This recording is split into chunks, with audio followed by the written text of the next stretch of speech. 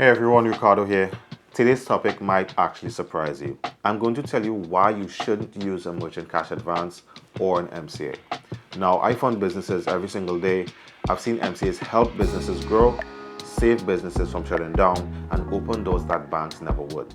But I've also seen business owners misuse them and they get hurt financially because they didn't understand what MCAs are really for. So the goal of this video is not to bash MCAs, it's to give you the full picture when an MCA is a bad move, when it can be a powerful tool, and how to know the difference.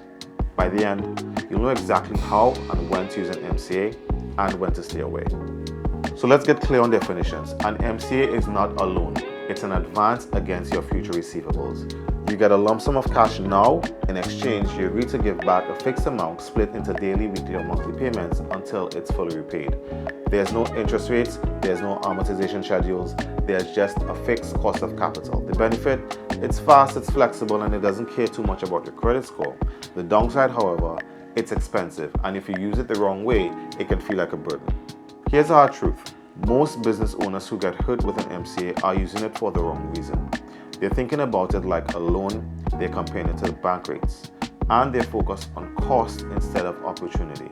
But here's the thing. You don't use an MCA to save money, nor do you use an MCA because it's cheap.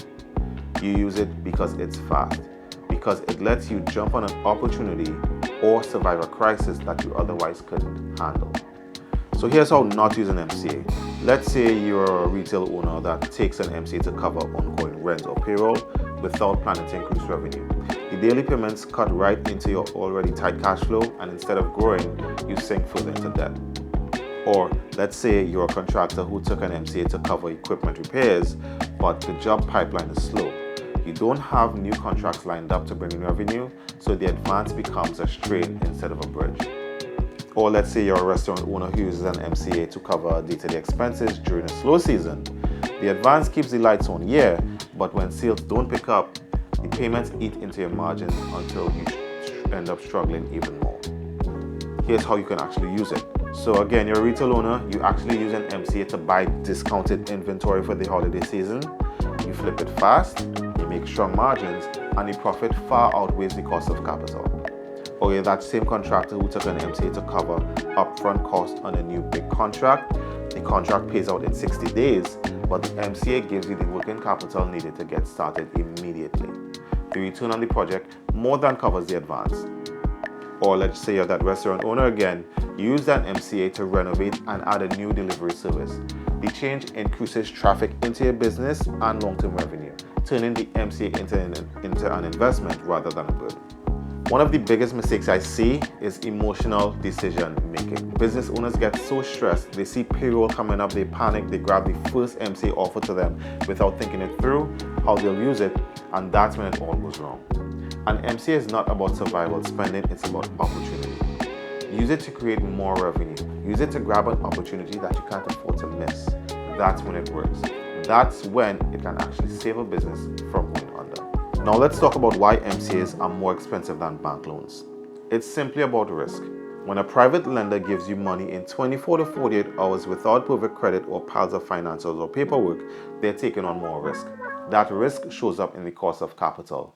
It's not interest, it's not a loan rate, it's the price of speed and flexibility.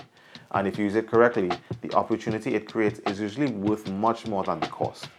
So, here's the bottom line. Don't use an MCA just to cover everyday expenses. Don't take one just because you're stressed and you need a quick fix. Do it because you need it to put your business in a position of growth. Use it when the opportunity you're grabbing is worth far more than the cost of capital. MCAs aren't good or bad. They're a tool, and like any tool, they work best in the right hands and at the right time. So my job is to make sure you understand how to use it. If you're considering an MCA or any type of funding, let's talk. Click the link in the description to book a free consultation with me. We'll go over your business, your credit, and your goals, and I'll help you figure out if an MCA or another type of funding is the right move for you. I'm Ricardo, and I'll see you in the next video.